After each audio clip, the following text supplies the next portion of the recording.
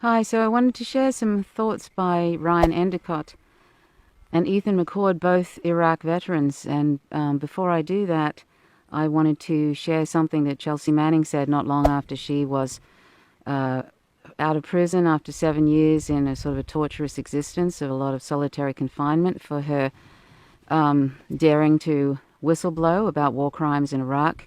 And we know what that, most of us would know what that's something that she released of the many things she released to WikiLeaks was the collateral murder video. And that was quite an eye-opener for people who'd been sheltered, the public who'd been sheltered from what's been going on in the Middle East since 9/11. So the collateral murder video was an awakening for some people who had fallen asleep that these war crimes are going on unabated. Well, I hope that people woke up to that. But anyway, some did anyhow. So that was a very important, the WikiLeaks exposure of war crimes was very, very important for the world. And Chelsea Manning is a hero, and she's in prison now, again. So is Julian Assange has been expelled from the Ecuadorian embassy by a corrupt Lenin Moreno, and he's now in prison too. So isn't this wonderful? Journalists and whistleblowers, that's how we treat them. So I wanted to share with you the just a, sort of an excerpt of an interview Chelsea Manning did with Democracy Now!, which I think can resonate with us that this is what we need to do. This will resonate with some. But I don't feel like it's this, I mean, in this environment, in this place, this time that we're in is what I feared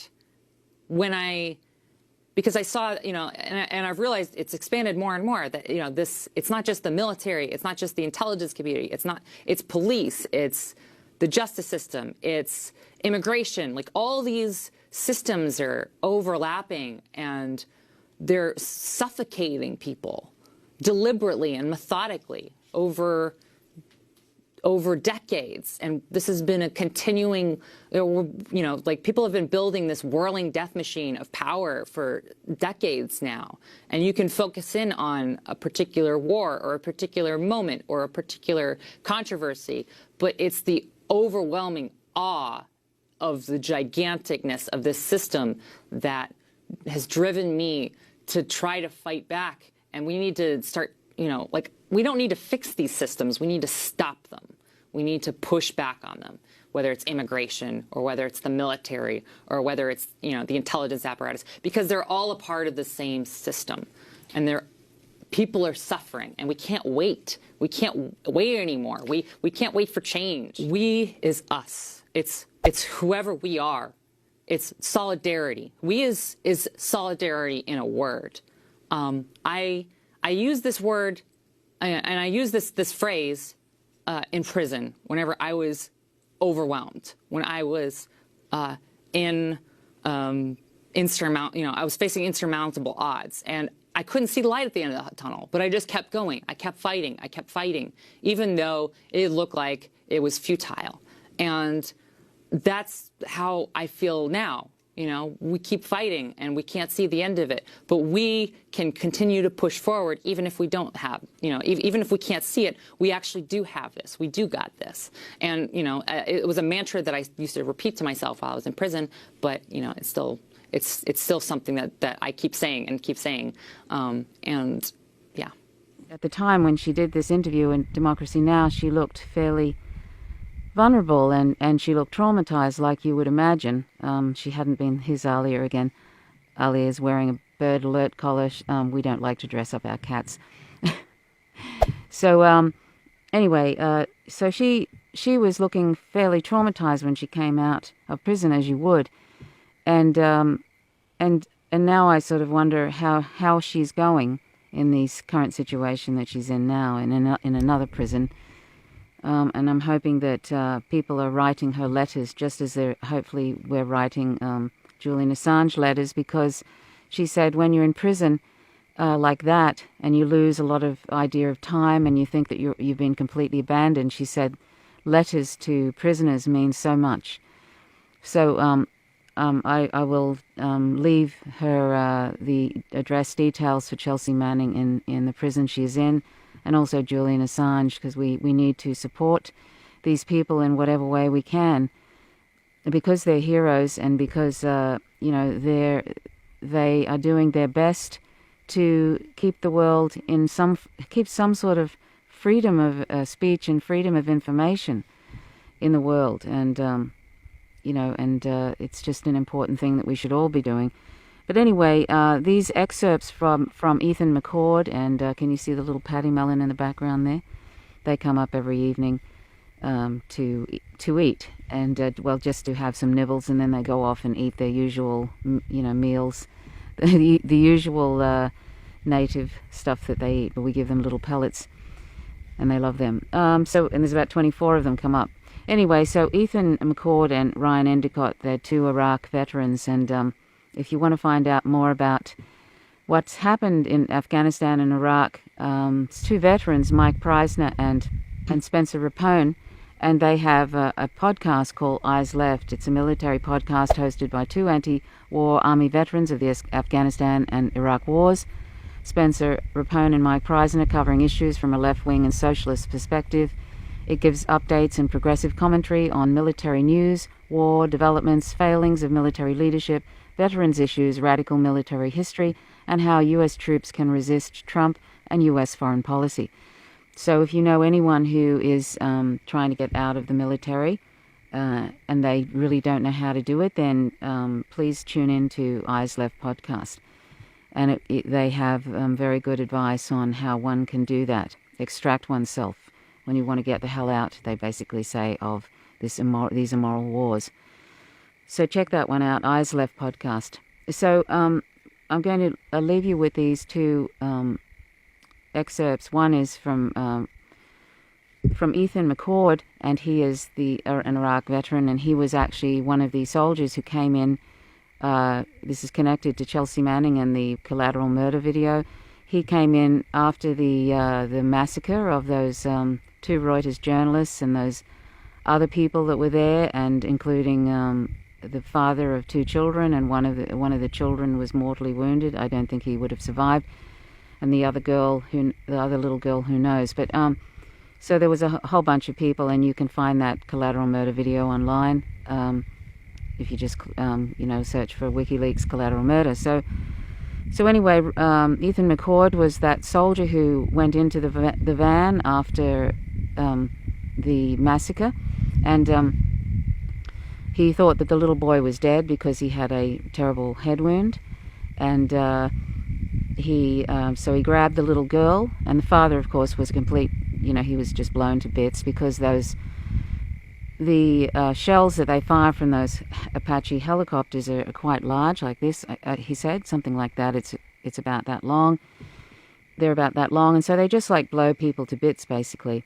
And he said, when he arrived at the scene, there was just it looked like sort of something from a horror movie, where people with half their head missing and just smashed to bits. It was just a complete. And he said the smell was just dreadful. And he said he'll never forget that smell. And then he went to the vehicle, the van, where the father and the two children that came up to see how the people were after being killed, if there was any survivors. And they deliberately, attacked that van that came to try and help those people.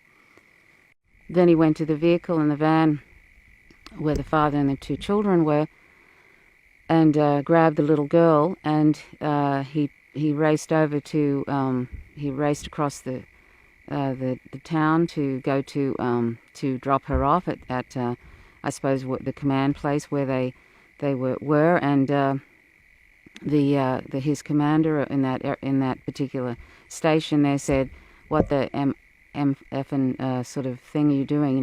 Basically go back and secure the area." He didn't really care about that little girl, and he said he'll never forget the noise that she made when he was running across with her. He also so he went back and I think he also rescued the little boy. Apparently, the soldier that was with him when he went into the van just threw up when he saw what they had done. So when he got the little boy and he ran across, and the boy's eyes rolled back in his head, he had a severe head injury, and he said that he thought he was dead, but he wasn't. But I think that would have I don't think he probably would have survived. But anyway, that was a turning point for Ethan McCord, where he just thought that they were the terrorists. The U.S. military were the terrorists. Because he realized, that this is just they're just terrorizing the population. So that's when he, of course he was mocked and ridiculed when he said he needed to see a counselor. His commanding officer said something really misogynist to him. It's interesting how all these things are they're clumped together, the racism and misogyny and all of that. He said, get the sand out of your vagina and get back to it. It's that sort of disgusting misogyny that would go with everything. I mean, when you know the amount of rape that happens in the military and how it is ignored, or the women who actually report these rapes are often sort of bullied, and they're ignored, and they're driven out. So it's not surprising that a commanding officer would say something so misogynist, because misogyny is kind of like all part of it. So I'm not saying every soldier is misogynist, but I think that's just all part of the whole toxic masculinity, military racist sort of thing. It's all clumped together. So anyway, that's how he was treated by his commanding officer, is basically, suck it up and get the hell out, get back to work. And he was really desperate, and he actually he secretly went to see a counselor, and then unfortunately they found out, and then he was bullied more and more, and they tried to get rid of him. And I think he was kicked out because he started to really suffer psychologically terribly after this event, and he even to the point where he tried to kill himself twice. And that 22 soldiers every single day suicide, and as a result of things that they should not have been participating in, the violence, the way that they're discarded when they get back home. Ethan McCord realized that the Veterans Affairs was really just, in some ways, a way of funneling money through to Big Pharma, because he was put on a whole bunch of pills, just 13 different pills, and he said he was like a zombie. And I think this is sort of like, this is the thing. It's they're not interested. I mean, this gets proven time and time again. Every war, veterans are just discarded. That's just how it is. They're treated appallingly. They're pilled up, and I'm sure if you talk to somebody about their experience since being back, if they have any injury or if they have PTS, which is actually something that's just almost par for the course for anybody that's been to Iraq and Afghanistan, unless they're a psychopath and they have no sense of empathy or anything. But most human beings have something, and it all sort of manifests after they get back, and suddenly they're supposed to fit into society after they've been just massacring people. And I suppose it all takes it out of context too, because as Ethan McCord said, you have soldiers who are supporting you at the time when you're going through this, and then you get back home and of course you're sort of isolated. And I don't know what kind of mental health support they get when they come back, but it can't be that good, because 22 veterans killing themselves every day, I mean, that's appalling. That's the cost, the death count of these military members killing themselves is greater, much greater than the actual soldiers that are killed in the war.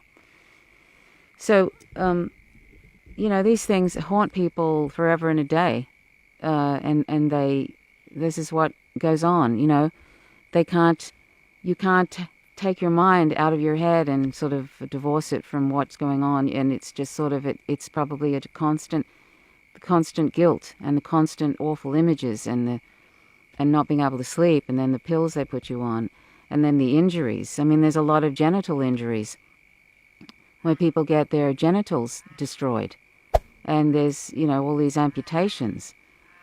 And the oligarchs and the government, the war criminals that send people off to these wars, which are just for resources and hegemony, they don't care. And all these people tend to have always managed to escape the draft themselves, have you noticed?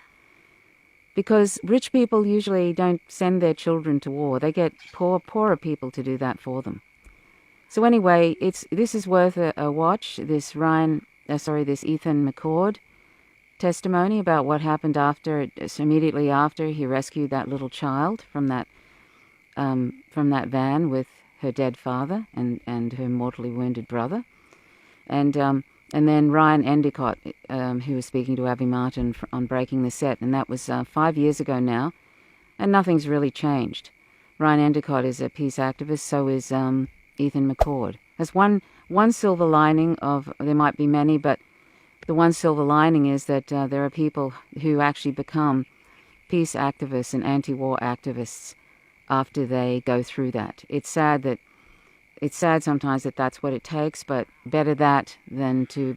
I mean, at one point, Ethan McCord said there was a point in time where he wanted to kill his own children. He was so messed up. He wanted to kill his own children and kill his wife. I'm not sure why men often go that way. It's a very odd thing that men sort of want to externalize and kill other people en masse, but that's for another video.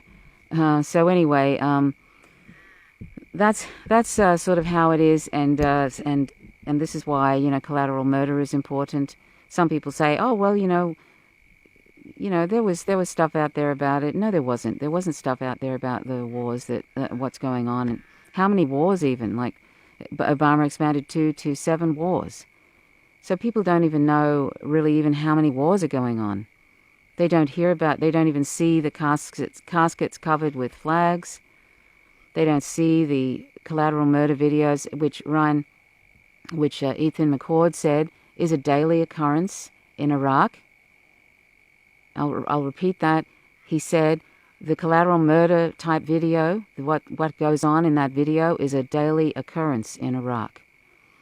And another veteran from Afghanistan, Clifton Hicks, who was on the Eyes Left podcast, he said at one time they were going into the town of Abu Ghraib in, I think that's Afghanistan, and he said that he saw 800 people, including animals, all dead.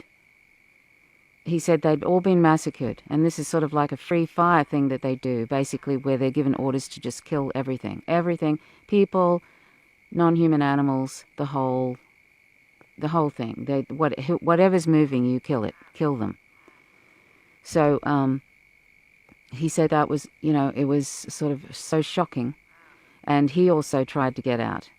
And it really took some doing, and they really gave him a hard time. I mean, this is what they're actually, if you have any sort of feelings about these things, about these terrible, the massacres and all of that, if you have any sort of feelings about that, then you are persecuted and bullied, and they try to do everything they can to make your life miserable and to shut you up, because it's a propaganda war, isn't it? The thing is, you don't want people to hear that sort of stuff. You don't want veterans talking about it. You don't want anybody talking about this. You want it to go under the radar so they can keep stealing resources and massacring people and creating managed chaos in the Middle East and elsewhere, and they don't want to fuss about it.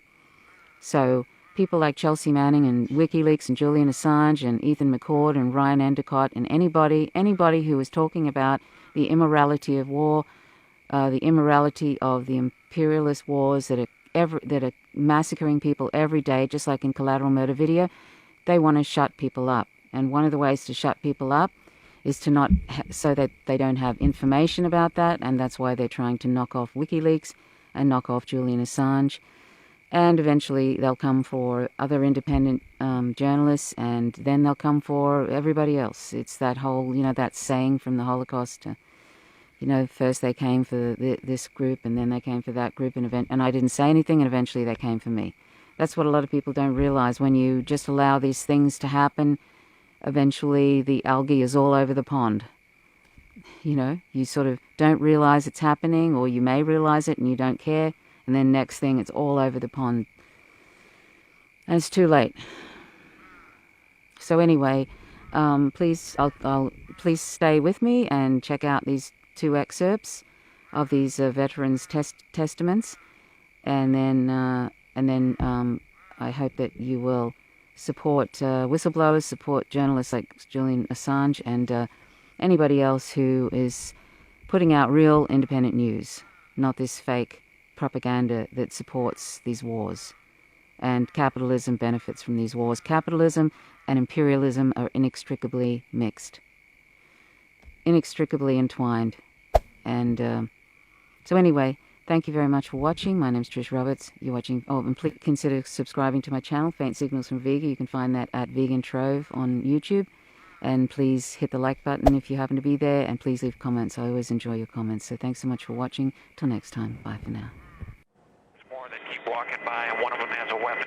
It was the video that put WikiLeaks on the map, turned the tide of war in Iraq, and landed Private First Class Bradley Manning in military detention. But for Army veteran Ethan McCord, it was just another day on duty. The helicopters, they were approximately about 1.5 miles away when they were zooming in on these guys. And from looking at it now, you can't see anything. I mean, that right there is obviously a camera dangling, if you were to really pay attention. That guy has an AK-47 right there. Baghdad, Iraq. 2007, the 216th Battalion was out patrolling a volatile part of the city. I was about 5 blocks away, 4 or 5 blocks away to the left of the screen. This was a battalion-wide mission. And then the situation turned deadly. Come on, fire! We heard the Apaches firing. Ethan and his infantry squad began running toward the scene to provide support. Again, the Apache helicopter opened fire. Come on! When he arrived on the scene, the Apache guns were quiet. The accused enemies were dead. This guy just drove over a body. Yeah. One guy's head, the top of his head was completely off, and his brains were on the ground, and the smell still haunts me today. I don't even know how to describe it. When he approached the van, a noise Ethan wasn't expecting, a cry of a little girl. I think she was 4 years old, and you could tell she had a wound to the stomach.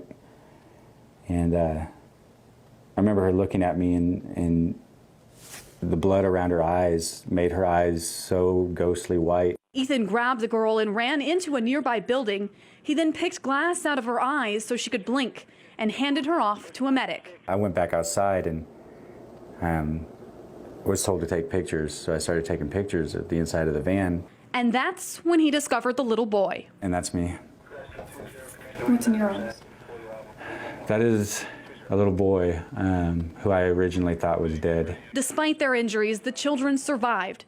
But part of Ethan changed forever that day. But I couldn't stop myself from crying. I couldn't stop myself from feeling the way that I was feeling. When he did seek mental help, he says he was mocked by his commanders and threatened with expulsion from the military. That's when I started drinking. Mental health had given me prescriptions, 13 prescriptions, of Geodon, Depakote, Prozac. I mean, I was a zombie. But things got worse. I started daydreaming of killing my own children and everybody around me. So Ethan took matters into his own hands. I'd already begun drinking pretty heavily, and I downed all the pills, and I drank a fifth of Crown Royal, 10 o'clock in the morning. And my wife at the time found me. That was the first time Ethan tried to take his own life. After that, he was dismissed from the Army. I was kicked out with no disability, no benefits from the Army whatsoever. He returned to Wichita, and then Ethan attempted suicide for a second time. I actually wrote a poem right before I did it, before I put the gun in my mouth. And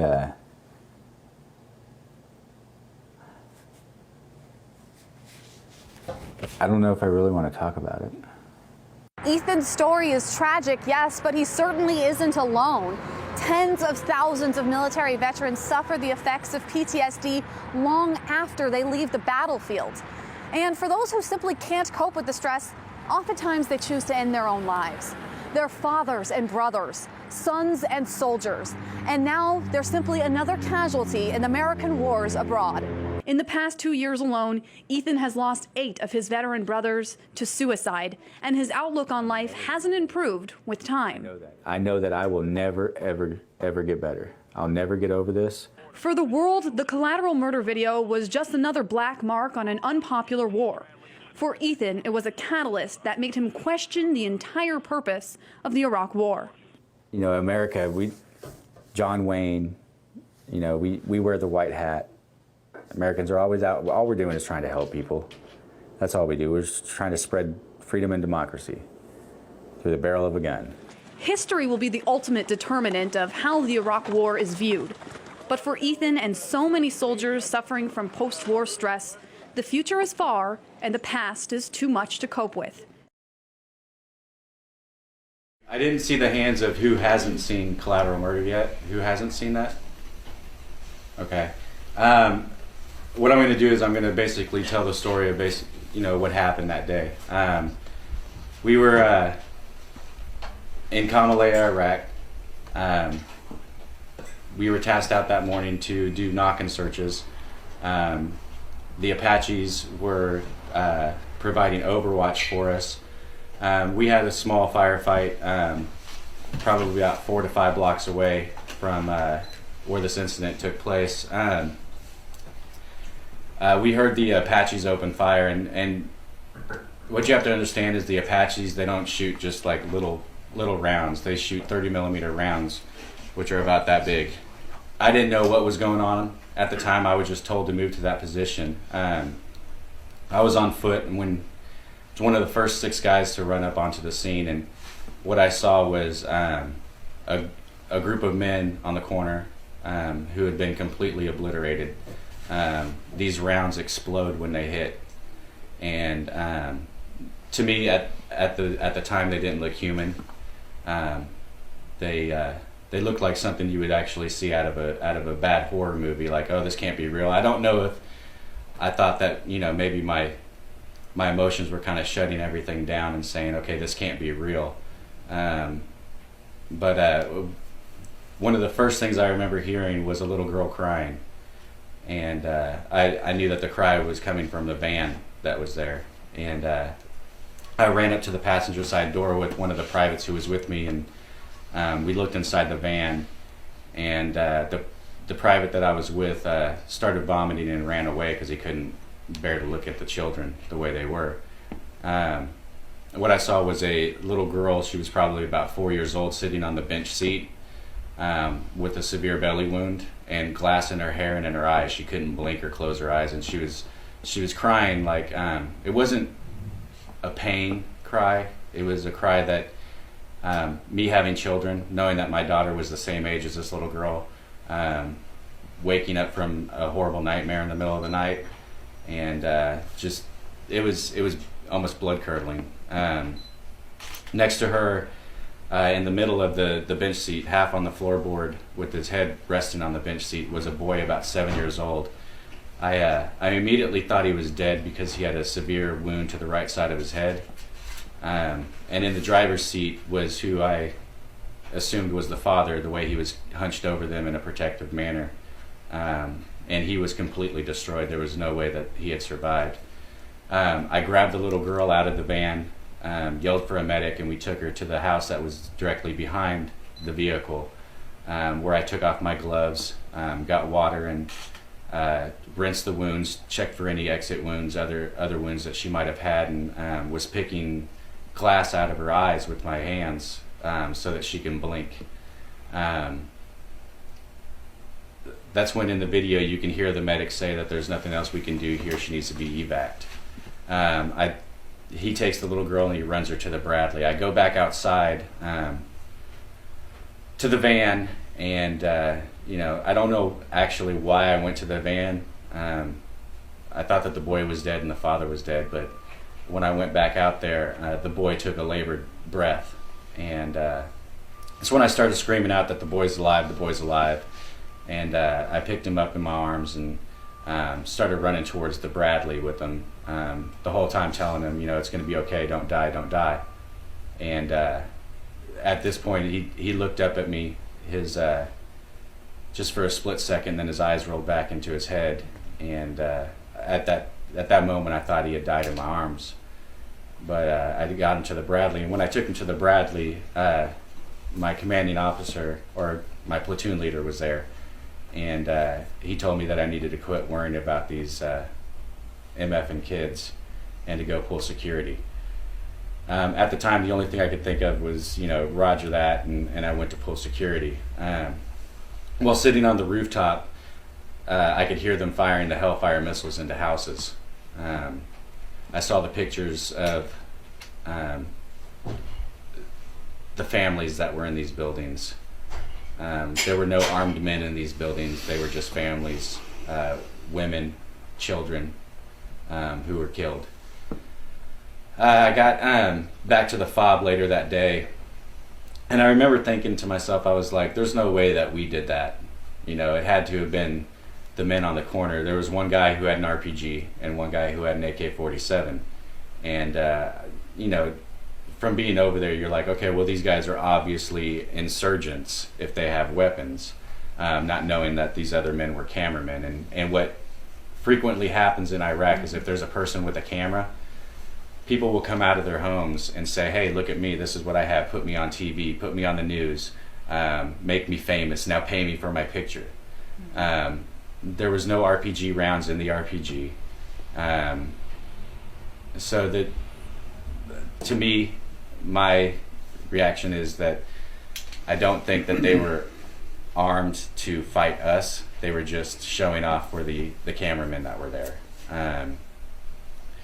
But later on that night in the FOB, while I was washing the blood of the children off of me, I couldn't really cope with it. I was having a hard time dealing with the fact that we did that. The Apaches did that. So I went to my staff sergeant who was in my line, in my chain of command, and I told him I think I need to see mental health. I need to go talk to somebody because I'm having a hard time dealing with what I had just seen, what I had witnessed, what I was a part of.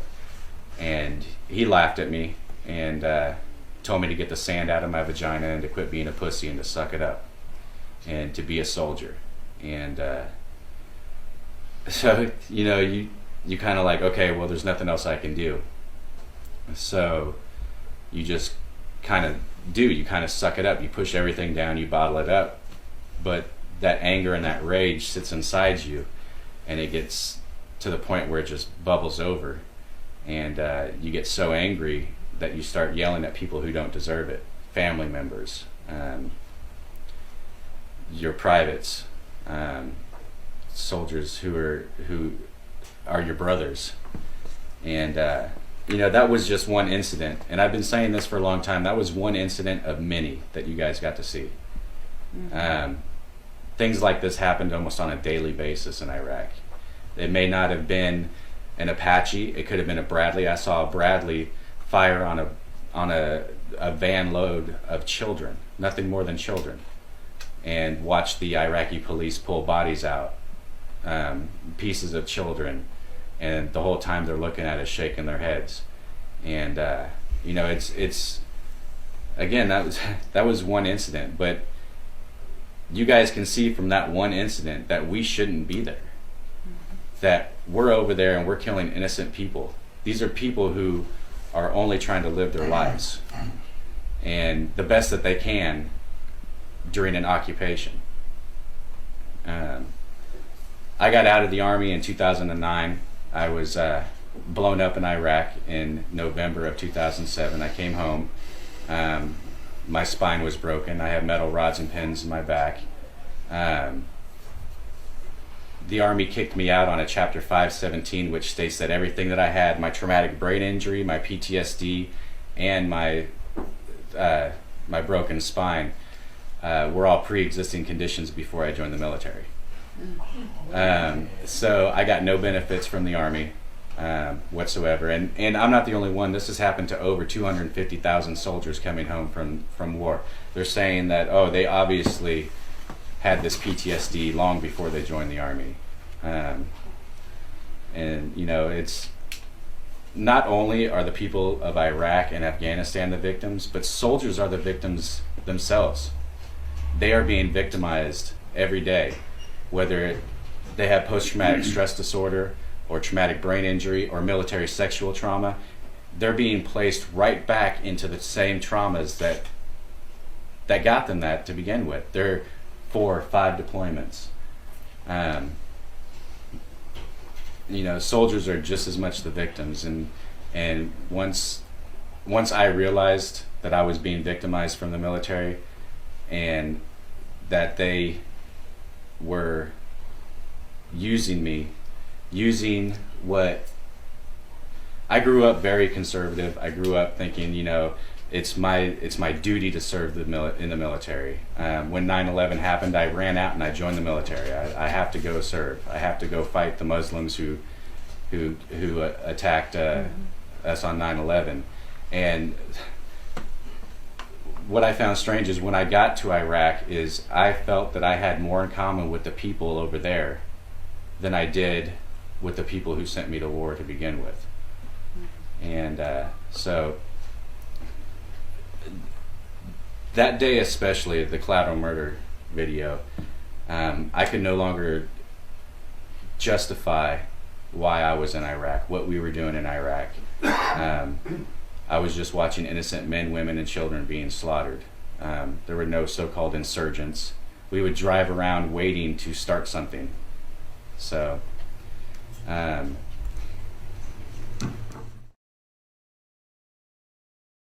Now, it's been 3 years since the U.S. officially ended its occupation of the country, but that doesn't refund the billions of dollars wasted nor bring back the million-plus people who have tragically died.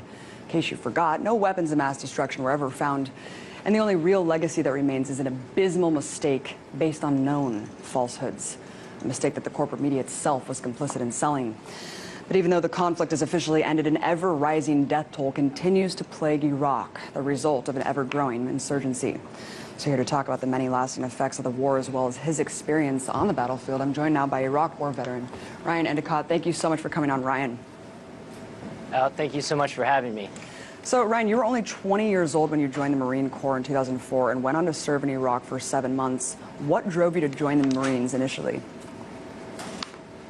Well, after high school in 2002, when I graduated, I was working on a freight dock, making minimum wage. I had very little access to health care, very little access to advanced education or anything like that. I was working extended hours for very little pay. And when the war in Iraq started, being someone that grew up from New Jersey, I was very connected to the 9/11 events and the events that had transpired after that.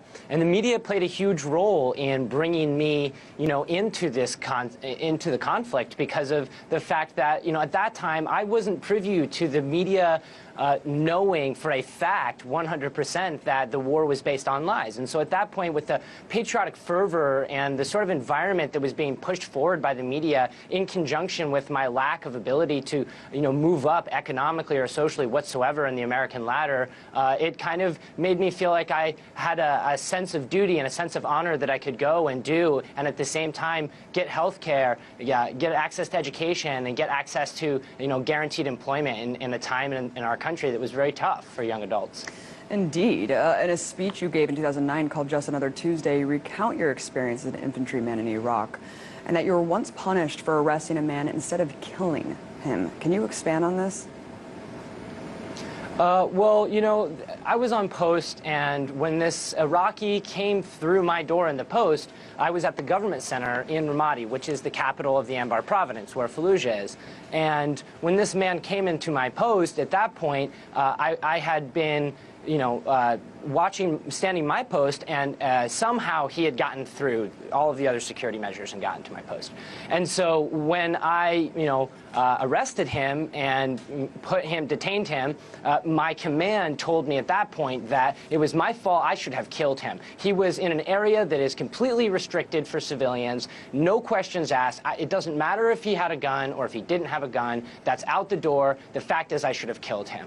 And, so for me, during that time period, that was really tough for me to deal with. I had to go through all of the repercussions of being treated as though what I had done was wrong, and how, I was called a girl and all sorts of pejorative terms around this situation, and so after that, what I think is really important is that this is just one instance of that. And like, how many soldiers across this country are coming down with orders from command, telling them to commit these crimes, telling them to kill people that don't have weapons, specifically because of where they are, specifically because of how they've impacted this sort of post. And so what it shows is that there's a whole policy around this, and around the idea that soldiers can kill or can murder someone that doesn't have a weapon, and that's totally explainable by the command. It's a horrifying culture, Ryan. Thank you for talking about that. I know it's probably not easy.